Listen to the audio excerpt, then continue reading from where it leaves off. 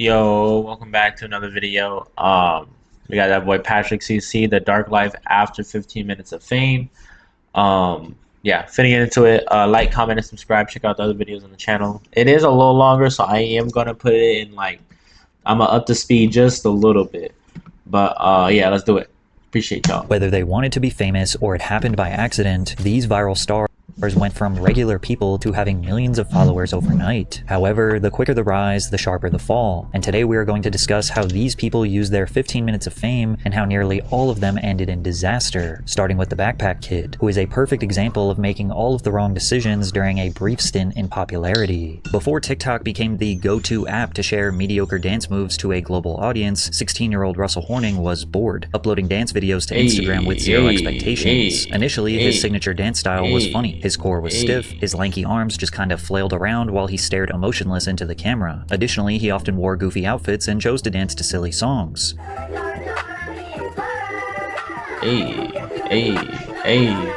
Russell was extremely recognizable after watching just one video, which led to him gaining I did not know about this lore. I really just thought he was just like randomly doing his little dance or flossing or whatever, like in random spots.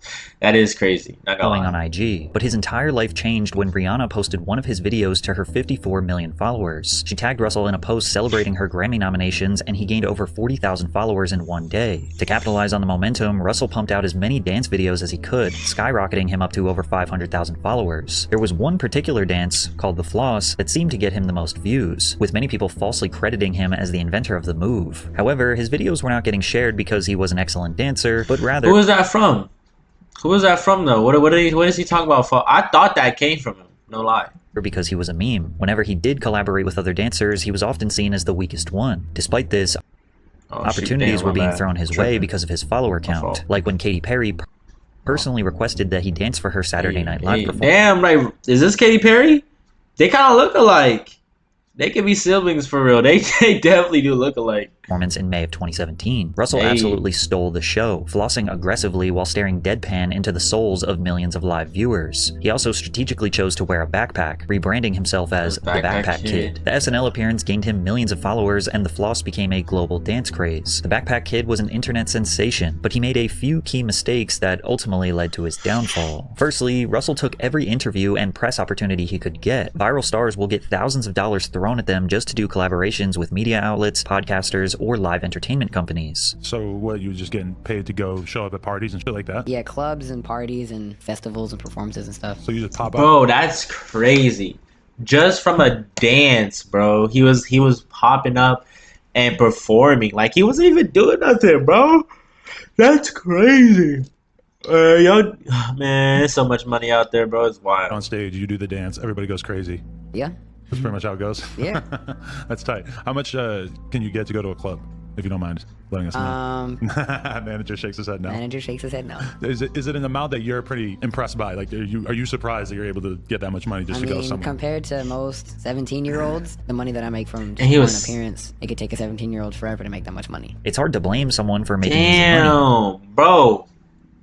He was 17, bro. They're paying him 20 bands to go hit a floss for 3 minutes, 5 minutes, and dip out. I'm tight right now, bro. Hopefully, like, even though he's kind of irrelevant now, I hope that like he invested his money and he has money just stockpiled and everything.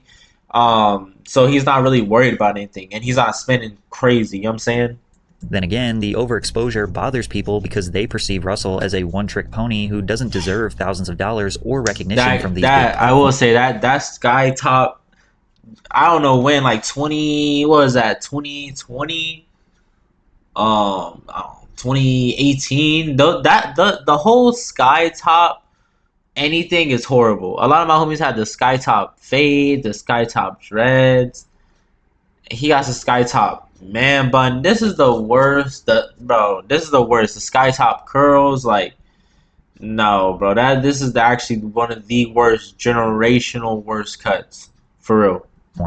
Remember before the internet when you actually had to do something to get famous? But then reasonable criticism turned into straight up hatred. He looks like one of those inflatable aliens you win. I ain't saying all that. But... This kid man-child thing scares me. Since he became famous for literally one thing, he had to branch out and try to find other ways to entertain his audience. So he decided to But the thing is, now with everything, he should have went into streaming and YouTube content streaming. Because he's already a social media presence. Like, he can't do the dance forever. You know what I'm saying? If he still wanted to be in the light or whatever, you know? Music, he should have used one it of that the way. worst songs of all time, Flossin'. Although Russell claimed that he was passionate about music, his songs felt like someone who was barely trying or maybe even just joking, rather than a serious artistic Isn't that his endeavor. whole Virality made Russell though? feel pressured to just keep doing what is paying the bills, so he resorted back to his one dance move, which ultimately led to a situation where he tried to perform on a stage that he was not wanted on.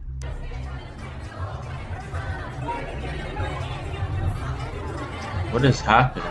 Whether it be main character syndrome or just a simple misunderstanding, his dance move lost all of its appeal, bro, and told bro to made him get seem off, like he was bro. desperately hanging on to his viral moment, which was made 10 times worse when he filed a lawsuit against Fortnite for putting the dance in their game. It was really my mom and my management that did the lawsuit. I'm kind of just a kid having fun in life. I'm just letting the adults do all the busy work. I don't really know the law like that, so I can't really say if they're like taking advantage of me or anything like that. But like from a mom standpoint, like a manager standpoint, they think that they're taking advantage of me. A couple days after the lawsuit was filed, videos dating as far back as 2011 were resurfaced showing people who were doing the dance long before the Backpack Kid. Simply put, he did not own the dance, and many viewed it as one final attempt to cash in on his fading relevance. Unsurprisingly, Russell and his team voluntarily New Supreme Court ruling. The creator will have to wait for copyrights on their dances for suits to move forward. Damn, bro. They try to come for Fortnite, bro. That's he should have did that automatically. He should have copyrighted, trademarked it immediately. barely dismissed their lawsuit shortly after. The Backpack Kid's 15 minutes of fame were officially over, and despite being hated by the masses and falling off to the point where he receives less than 1,000 views per video, these days, Russell lacked masses and fall. Damn, but still though, that's still like thousands of people watching him though. So like you can't really say that, you know what I'm saying? Falling off to the point where he receives less than 1,000 views per video these days. But from how viral he was, yeah, it is really like a step back. Happier than when he was at his peak. He is pursuing music more seriously and remains dedicated to pushing out a positive message to the world. But as I got older, I started having a more mature mindset on money. I realized that it's important to choose good decisions on how to spend your money.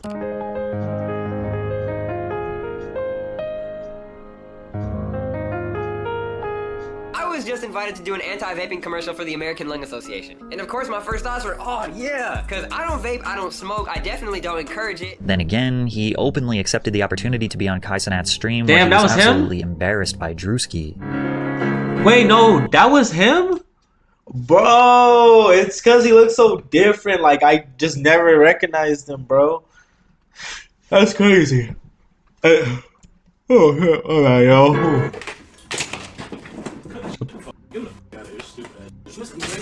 Sure, this was just a skit, but Russell was the butt of the joke once again. Becoming a viral star at age 16 Damn, Drewski! is definitely difficult to manage. Come on. Maybe he was just young and misguided. However, the same justification cannot be made for Salt Bae, who is a grown man that should have known better than to be acting like a fool. In 2017, a video of Turkish chef Nusret Gökçe went viral of him dramatically slicing steak, then sprinkling salt from his fingertips down his forearm and onto the meat. What made this so ridiculous was his dedication to making salt sprinkling look like some sort of fancy artistic technique. Combine that with his handsome Johnny Depp resemblance, and the internet gave him the nickname Salt Bae. Salt Bae didn't just embrace the meme, he became it. He continued posting obnoxious videos of him caressing raw meat, dancing with raw meat, and of course his signature salting. He was shouted out by celebrities like Leonardo DiCaprio, Drake, and even cooked for the King of Jordan. The internet fame didn't just gain him followers, it launched his career as a global restaurant owner. He launched and expanded his Nusret Steakhouse empire to over 20 locations worldwide, racking up tens of millions of dollars in revenue. However, with more so how do you fall off from that?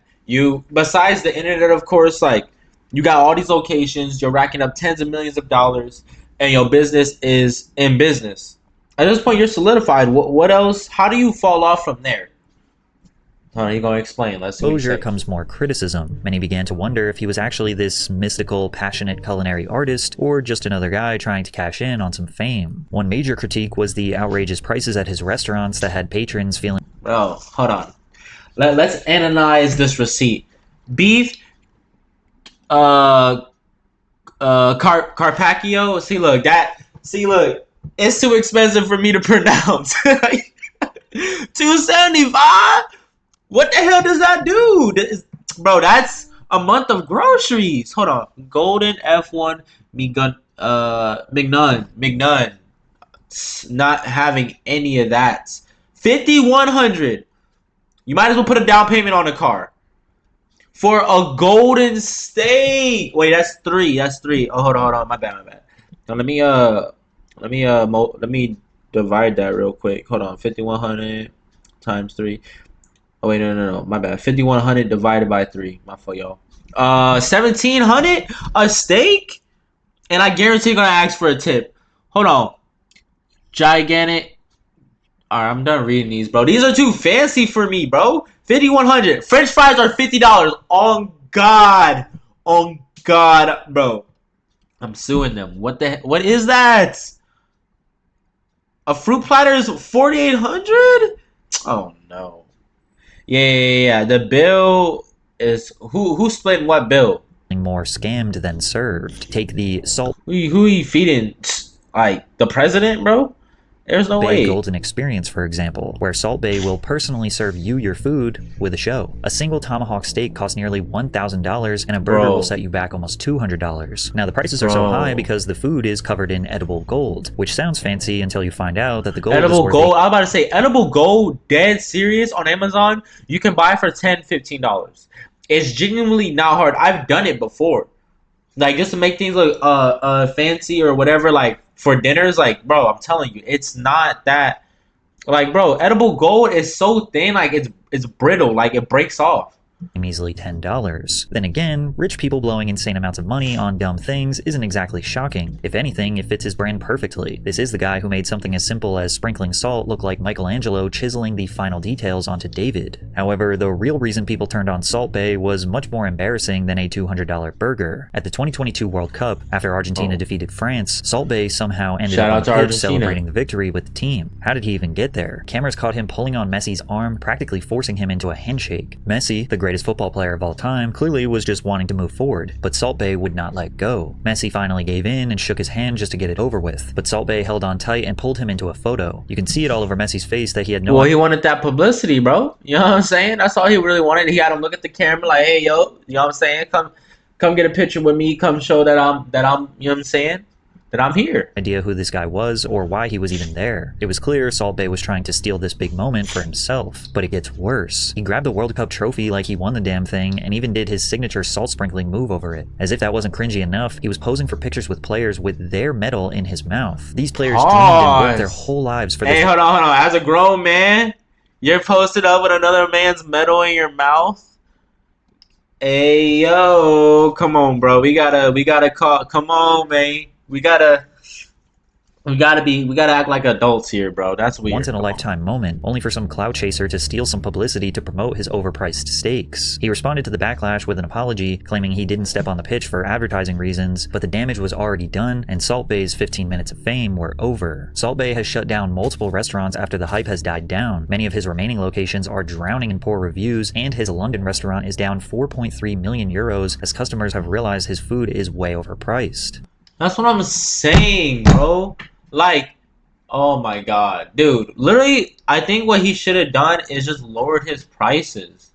Like, bro, you could have, yo thing could have been a $50 steak, and I promise you, more people would have bought that, because it's like, bro, even a $50 steak is too much. But still, though, like, you could have just stayed in that range if you really wanted to be a fancy restaurant, bro. $1,800 for a steak, bro. The steak itself don't even cost a quarter of that. That's what I'm saying, bro. There's no way. And then with things like that, you have to keep the servers up to like extraordinary every single time, because they're coming here and spending $1,700 on a steak, bro. Salt Bae has resorted to selling his high-end food online now. In May of last year, people started to notice that his steakhouse was listed on Deliveroo and Uber Eats, selling his Salt Bae tomahawk for $500 and a strip loin for almost $900, proving he really hasn't learned from his critics. Then again, there are plenty of rich people out there willing to waste money on overpriced food just because they can, and his virality and social media following alone will easily keep him in business for the rest of his life. But if you think Salt Bae was making a fool of himself, it doesn't even remotely compare to the Island Boys, whose he's much more disgusting than you could ever imagine. He just a duo made up of twin brothers Alex Fly Soldier and so he like in tens. So he was probably like in Florida men. He was probably like in like tens of millions, but now he's interested in a couple of millions. Okay, that's okay. And covered in face tattoos, who blew up overnight in 2021 after they posted a TikTok video of them freestyling in a hot tub. I'm an island boy. I'm just island boy. I'm just island boy. I'm get Kiwi. People couldn't decide if the tune was the worst thing they'd ever heard or low-key kind of a banger. I'm an island boy. What is happening? I don't know and ain't trying to understand it. Plus, hip-hop has a history for blowing up artists who ride the paper-thin line between trash and fire. Rapper Kodak Black even offered them a record deal after their viral video, which is insane because this wasn't even a real song yet, just two goofballs mumbling in a hot tub. They turned down the deal, claiming that they wanted to stay independent, but this was a huge mistake. They believed they could make it on their own talent, but if we're being honest, most of their fame came from people clowning them. I played this song at my sister's funeral. She got out of the casket to shut it off. Thank you, Island Boys. This is the 0.01% of germs that bleach can't kill. When they decided to finally cut the record over a beat and released it with a music video, it was somehow worse. This it was? Hold on, check the views though. 25 mil. And released it. They made like, I don't know. They made a music video. It was somehow worse. This the type of hidden talent that should absolutely remain hidden. Like many other viral stars, they were paid to do appearances at clubs, which became a prime example of when social media meets reality. At Miami's Club Live, the audience began booing the Island Boys on stage. Bro, that stage is really small. Like it's a rectangle. Bro, what club is this? Age.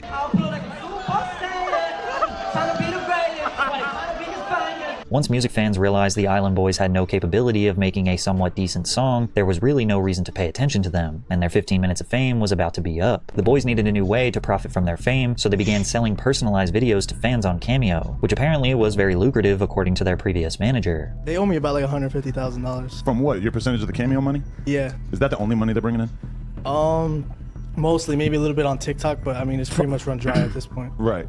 How many cameos are they doing? When I was with them, they were coming in hot. They were viral. Like it was going like 2-3 hours a night, straight cameos. But with them spending all of their money on designer clothes, jewelry, cars, and mansions, they needed to keep going viral to maintain this lifestyle. That's what I'm saying. Like that's what I'm saying. Y'all like, bro, I just don't understand how somebody just don't make, like when I make $1 million, bro, I'm telling you, when I make $1 million, I'm telling you, by the time I make it $1 million, I'll already have stuff saved and investing in other things. But it's like you could have just put your money in something and just let it stack. Like I don't understand why people don't do that. You feel me? Because like, why don't you just have a regular house? Why do you need a mansion, bro? When it's only y'all two in there. Like y'all don't need 16 bedrooms because y'all don't got 16 people in y'all house. Like, bro, I don't understand how people get millions of dollars and go broke. They ain't saving none and putting none to the side. It don't matter if you rich, poor, in the middle. Like, actually not poor, because poor is the mindset. But if you're rich, on the low end, or if you are middle class, or you stable, whatever. If you're not putting none to the side, bro, you are in the same situation if you are rich or poor or whatever you want to call it. Right? It's the same thing. You don't think rich people put money to the side? The same way people that don't make as much as them put money to the side. You know what I'm saying? So they can fall back on. And they don't ever spend out of their means. I guarantee people that have money don't spend out of their means if they do not have it. And what I mean they don't have it is mean they have savings, they have other things around them, their money's working for themselves, and they have just extra spending money that they have put to the side for that. Bro, y'all need to manage it correctly.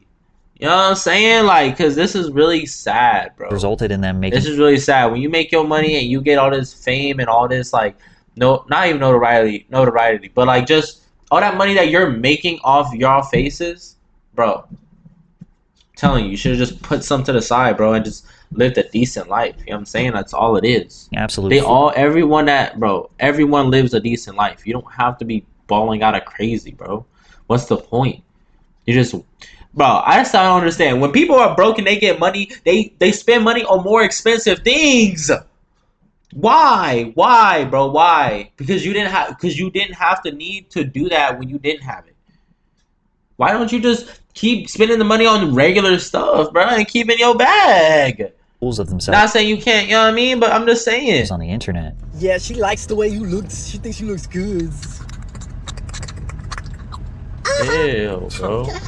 They also might have needed some money to hire security because the gangster persona was not convincing enough.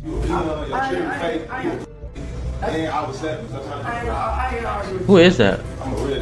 Is that Huncho? What can only be called an unhinged move, and in hindsight, the final nail in their career's coffin, the Island Boys launched a Fansly, which is basically just an OF. And it wasn't just embarrassing, it was downright sickening. In 2023, the Island Boys posted a video of them kissing each other. No. Ooh, that scared me. I'm sorry, y'all. I'm sorry.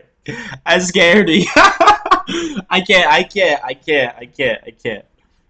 That has to be AI. Backlash, with many calling it outright incest, which it is. The twins insisted it wasn't sexual and was only meant to get a reaction, claiming that they just wanted to see how effed up this world is. And it turns out they were right about this world, because after their kissing stunt, it was reported that the Island Boys made almost $400,000 in 3 months just on their NSFW content, temporarily funding their lavish lifestyle. But of course, this resulted in more public humiliation. What's going on with the that's with you two kissing each other and shit? Bro, shut your ass up before I break this. Dude, hey, yo, that ass, I would love to see you try that shit. Bro, what are you talking about? I would love to see you try that shit. Who the f are you shaking up in front of? Bro, what? They both have tight jeans. Oh, those jeans were too tight for bro that stood up. But why are they sagging like that though? Oh my god! The desperate attempts to remain in Who was that? Oh my god! The desperate attempts to remain in the spotlight, combined with a severe lack of talent and expensive lifestyle, has bro, they are skinny, fam. Like they're like a cool buck and like 30. Like fam, they're way too skinny. Incredibly lows for the Island Boys. Kodiak Red was arrested for drug possession and an illegal firearm during a traffic stop. During the stop, a plastic bag containing white pills was found on the passenger side floorboard in plain view. The pills were identified as oxycodone. A further search of the vehicle uncovered a brown handbag containing a handgun with its serial numbers removed, along with a cut straw with a white powdery substance. These days, they pretty much spend all of their time promoting their NSFW content, and trust me when I say they went much further than just kissing each other. And if we're being honest, this will likely remain a consistent income stream for them, as there are definitely still a ton of people out there that are willing to pay to see this type of degeneracy. But unlike the Island Boys, sometimes we actually find ourselves rooting for a viral star. We hope that they become successful after their 15 minutes are up, like the case of Mason Ramsey, who became a breakout. Fam, the morale with that is like, oh my god, bro. You're bending your morale. Like, it's just certain things that your morale, no matter how much money you're not doing, bro. Like, I'm just... Oh, that's so crazy, bro. That is so crazy. Star when a video went viral of him yodeling in the middle of Walmart in Harrisburg, Illinois. Oh, I remember this.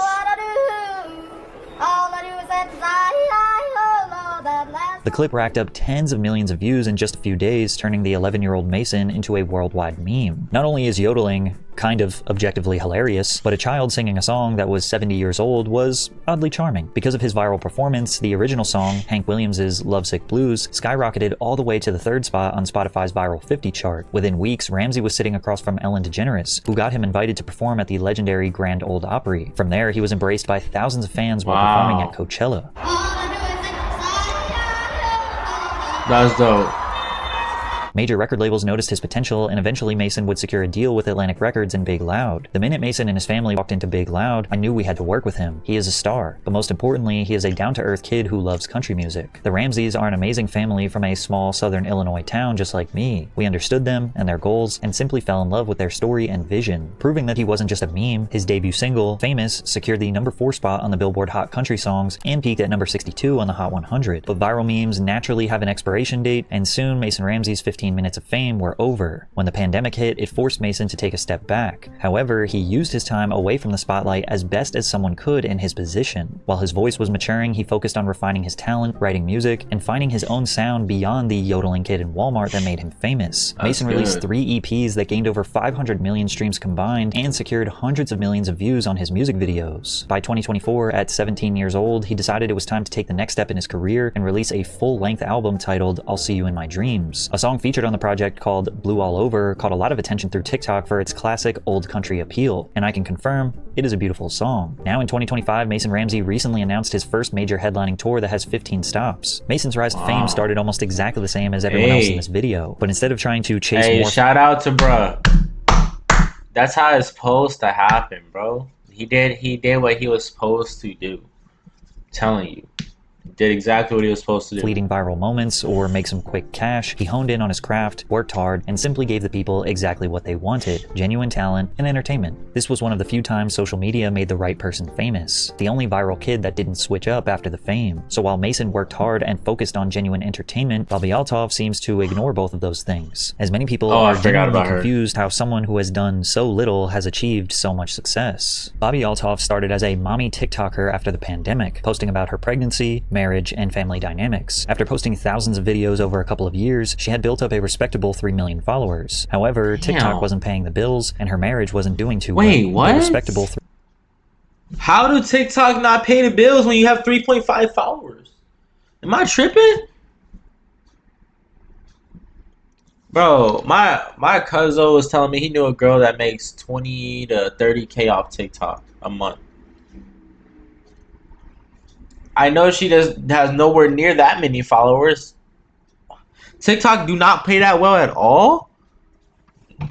Bro, maybe I'm tripping. Maybe it's like, however, who you are. I don't know. TikTok wasn't paying the bills, and her marriage wasn't doing too well, so the wholesome family content was about to come to a screeching halt. She said, "I saw this video of a girl talking about how much she made from her podcast, and I think I mentally decided that she made at least $300,000 a year on her podcast alone. And I was like, that's what I need to do next. I need a podcast." Her large following helped her land her first celebrity guest, Rick Glassman, who is a comedian and actor. And in the first podcast, fans got to see Bobbi in a totally new light. She was seemingly a socially awkward valley girl, giving off the vibe that she didn't even want to host her own podcast. The way your eyes are looking, it seems like you're not listening. I'm listening. Do you care? No, I do care. It's just really bad when you sing. I'm not a singer. I'm just trying to get the story across to you. Thank you. I hear it. I got it. In her second podcast, she hosted comedian Funny Marco, who had great comedic chemistry with Bobbi. Funny Marco's comedy style often makes others feel uncomfortable and awkward, so the two were essentially battling it out in an interesting back and forth. Sound like, who are you? Like, where'd you?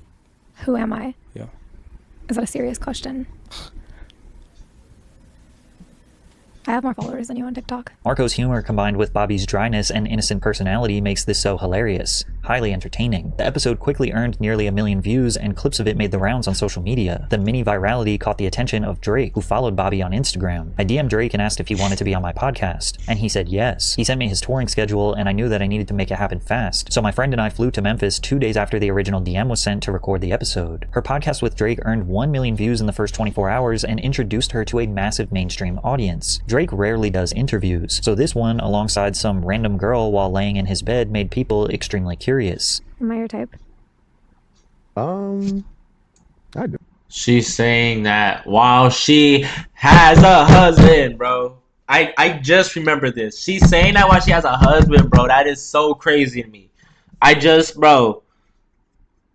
Let me chill. Do it. Thank you. I'm just saying, like, you know. I flew all the way here. You did. I really do appreciate on my daughter's that. first birthday. I wasn't going to bring that up. Mm-hmm. You missed your daughter's first birthday for to be here. That's what I'm saying. You just, bro, I'm telling you, just certain things in your morale you will never do, bro. I'm telling you, you would never do. There's no way I'm missing my daughter's birthday, my daughter's first birthday, my baby's first birthday. You tripping, or I'll make it I'll make it work some way. Simple. Dark. You regret that you'll never be able to undo. Yeah. Horrible parenting. Where's your son? Somewhere safe, and it's not his birthday. When's his birthday? What does it matter? It ain't today, honey. Don't call me honey. Clips of their awkward interactions flooded TikTok, and overnight, Bobbi Althoff became a household name on social media. After the Drake episode, securing high-profile guests became easy. She had on Lil Yachty, Tyga, and even Mark Cuban. Her style of bored, sarcastic humor became her signature, and people seemed to love it. But just 3 weeks after the Drake interview was posted, which now had over 10 million views, it was mysteriously deleted from her page, and he unfollowed her on Instagram, sparking a ton of speculation. While fans were trying to figure out what happened, people were reminded that Bobbi skipped her daughter's first birthday to interview Drake, which didn't seem to sit right with people, especially because Bobbi used to be a mom-focused TikToker. When Drake calls you a horrible parent, you know you effed up. Rumors also spread that Bobbi slept with Drake and divorced her husband just to do the interview. Dave Portney, my girlfriend says you hooked up with Drake and got divorced. I'm saying that is not true. I am not commenting publicly, but off the record, you're right. That is not true. I knew I was right. Which she vehemently denied. But it is true that she divorced her husband, but the reason her and Drake's relationship soured was never revealed. So many people came to the conclusion that she was nothing more than an industry plant, basically meaning that she didn't organically earn her virality, but rather she was handpicked by people behind the scenes and artificially pushed into the spotlight, using Drake's fame as the catalyst. The main piece of evidence for this theory was that she signed to the WME Talent Agency, one of the biggest talent agencies in the United States, representing a ton of Hollywood figures, including Drake. Well, you got a great agent, and you got a great agency, and you got great guests. Regardless if the rumors were true or not, it gave even more of a reason to dislike Bobbi, and her comedic style got old very quickly. Listening to her uninterested voice is like nails on a chalkboard, and while most of her interviews she is the one driving the conversation, there were frequent moments where celebrities got tired of her shtick mid-conversation and turned the tables on her. Damn, I'm trying to get you to play. You lost in the sauce. You ain't shaking my hand. We finna get you to 25 million. You know what I'm saying? Just a little sprinkle. Have a great day off set. Just a little seasoning. All right, you can leave now. This is my hotel. I pay for this motherfucker. You can leave now. All of her podcasts feel like small talk while waiting for something to actually happen. It's just simply boring. Ironically, her revealing that she was just playing a character actually became worse for her, because the little mystique she did have was now completely gone. In an interview on the Women on Top podcast, she explained why she embodies a satirical alter ego on social media, saying, "Being myself doesn't get views. I had to go where the money was." And her playing the character of someone who is bored and... Bro, oh my god, that is such a sellout, bro. She is such a sellout. I hate when people say that, oh, I have to play a character. Bro, you're just a sellout. It's either you're like that or you're not. It's that simple. Maybe you can nerf yourself a little bit, or you can amplify certain parts of your personality, but playing a whole nother character is insane. You're just a sellout, bro. If they tell you to play a dog, you'll play a dog. Like, if they told you to play a cat and roll over and jump in the air and pose, you'll do that. Like, come on, bro. You selling yourself. Come on now. Uninterested is just not a sustainable style for long-term success. Awkward and cringe humor. Bro, it's not long-term success playing something that you're not. It will never be long-term success. I'm telling you. You'll always be successful if you just stay who you are. You know what I'm saying? And hey, that's just how it is. I'm this woo-woo, and that's it. Can work, but in short clips, not hour-long podcasts. In response to the backlash, she tried to just be more herself, not trying to be so awkward and even remove the dead air moments from the pod. But all that did was reveal that she is just a subpar podcast host who is only doing it for the money. Although her 15 minutes of fame are over, she will likely remain a lingering socialite as long as she is signed to a talent agency that can get her celebrity guests. And on TikTok is where you will still see her fan base praise her for putting in the least amount of effort possible. This story feels all too similar to the Hawktua girl, with the main difference being that Bobbi didn't outright scam a few people that actually supported her. Walking around drunk in Nashville at 2 a.m., Haley Welsh and her friend Chelsea approached a couple of guys and asked them what they were filming. YouTubers Tim and Dee told them that they do on-the-street interviews where they typically ask about relationships, male and female gender roles, as well as provocative and sometimes raunchy topics. Chelsea asked Dee to make it a spicy one, implying that he should ask a question that might be a little edgy. Come on, you gotta get a spicy one. You want a spicy one? Yeah. So he did just that, only Megan's friend Haley would jump in and give an answer that would drastically change her life. You gotta answer this, you got it. What's one move in bed that makes a man go crazy every time? Oh, you gotta give him that hawk too and spit on that thing. You get me? After having a silly interview, Chelsea and Haley confirmed that they wanted their video to be posted to social media. Tim and D what? Tim and D I was earlier. Yeah. That's it? Yeah. Okay. Tim and D TV. Alright. You said we better post that? Yes. Okay. Post it for real. Alright. She said we better post it.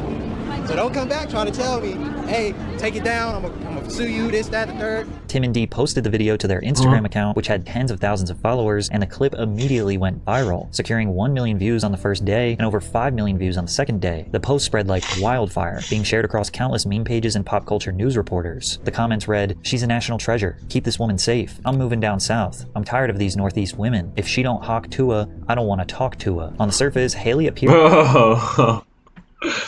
Girl, man, by the way. Like, get off the internet, bro. Put your phone down. Go to work, please. To be the stereotypical Southern belle, sweet and charming, complemented by a thick accent. So her describing her raunchy bedroom tactics was a stark contrast. Within days, merch was being sold to capitalize on the viral traffic, but it wasn't until the first interview that we would find out more about the girl behind Hawk Tuah. What do you do now? Because now you have management, now you have a team. What are your plans moving forward? Like, do you want to still be the Hawk Tuah girl, or do you want to, like... I don't really want that to be, like, my image. Yeah.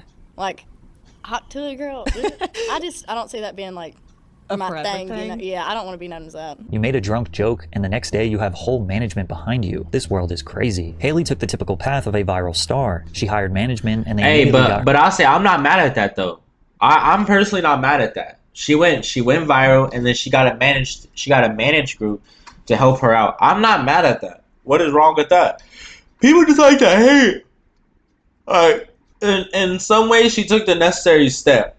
You know what I'm saying, to get a management team. She just didn't go in the way that she could have. But I'm just saying, like, you know, that was a smart choice. I think as much press as possible, jumping on various podcasts to talk about her rise to fame. She got paid to show up at events and hung out backstage with celebrities. She was being amplified to unimaginable levels, with Rolling Stone calling her a charming Gen Z Dolly Parton who's rightfully becoming America's sweetheart. Keep in mind that Dolly Parton is a generational talent who sold 100 million records in her career. Rolling Stone, of all publications, making that comparison just shows how they will say anything for clicks. And while many people thought that Haley would start an OF to cash in, she decided she wanted to use her fame for good. Everybody in the comments is saying how I have 15 minutes of fame, and if that's the case, then I'm going to spend it doing something good. Today, we're taking all of this down to the local animal shelter and donate. People were convinced they made the right person famous, but most viral stars... that's good. See, like, yeah, nah, I don't see nothing too crazy right now. Like, she good. Besides the scamming part that I know that's coming, you know what I'm saying? She's doing some of the right things. To earn a consistent income from their newfound fame. So in order to secure a sustainable revenue source, she launched the Talk Tuah podcast, and immediately the jokes came flooding in. Talk Tuah.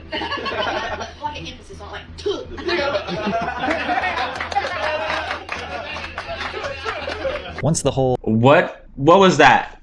What was that? Oh, no, that's horrible. No, grown men should not be making that sound.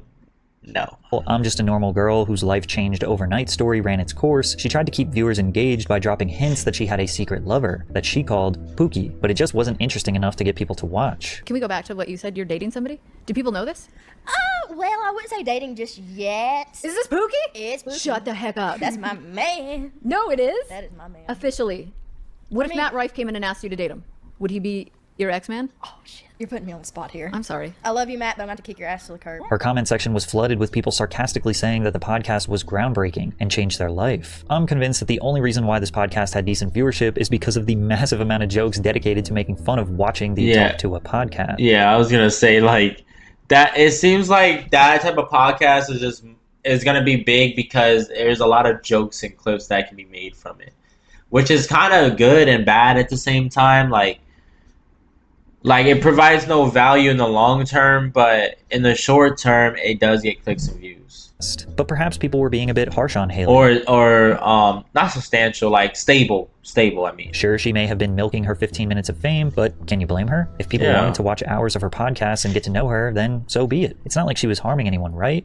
Wrong, because Haley would make a decision that would officially destroy her career. On December 4th, 2024, in collaboration with the Web3 platform Over Here Limited, Haley launched her own meme coin called Hawk. The coin was marketed as a revolutionary cryptocurrency project. Within 15 minutes of its launch, it hit a $490 million market cap, but then it crashed. It was revealed that 97% of the total supply was initially controlled by just 10 people, leaving only 3% for public buyers. A total of 285 investors took part in the pre-sale, but once trading opened, 30% of them immediately immediately dumped their entire holdings, while another 23% offloaded a portion. This sell-off tanked the token's value by over 90%, while the sellers walked away with an estimated $3 million. After this, Haley posted a statement on Twitter insisting that the team never sold the tokens. Many accused her of rug pulling, which is basically a coordinated sell-off from a small group of investors to make profits while the public loses their entire investment. In short, this was not a revolutionary cryptocurrency project. This was a way to make a quick buck off of her uneducated fans. YouTuber CoffeeZilla investigated and exposed the coin as a scam. Who makes the money on the fees? Someone just made over $1 million on fees. Who made it? First of all, the fees were there with Meteora Pools, and that goes to, yes, the creator, right? Which is who? Who is the project? Well, the project is over here, Haley Welch, right? And how much does Haley Welch own? This is Haley Welch's project. So she owns all of it. Did she just make $1 million on fees on a rug? Who made the money? How much did Haley Welch make of that million? 1.8 million? It's a foundation. Hey guys, I hate to interrupt you, Nick. Hello there. But anywho, I'm gonna go to bed, and I'll see you guys tomorrow. Multiple lawsuits were filed against the entities behind Hawk, including Over Here Limited and the To the Moon Foundation. These lawsuits alleged unlawful promotion and sale of unregistered securities. Welch received an upfront payment of $125,000 to promote the coin to her community, along with 50% of the net trading proceeds after the operating costs paid to the third parties. And she owned 10% of the entire Hawk supply, although she could not sell them for a year. Now, it is possible that Haley did not know what she was getting into, but ignorance is no excuse for breaking the law. Her 15 minutes of fame are— Yeah, look. If I'm getting scammed, if I got scammed, I don't care. I don't want to hear, oh, I didn't know. Because definitely over. If we're being honest, she got some money out of that. It was her coin to begin with. She willingly did that, and now she, you know what I'm saying? Now she just betrayed her fans. Anyway, that's besides the point. Let me know what y'all think about it. Like, comment, and subscribe. Check out the other videos on the channel. Y'all be safe. Y'all be easy. Y'all be smooth. All right.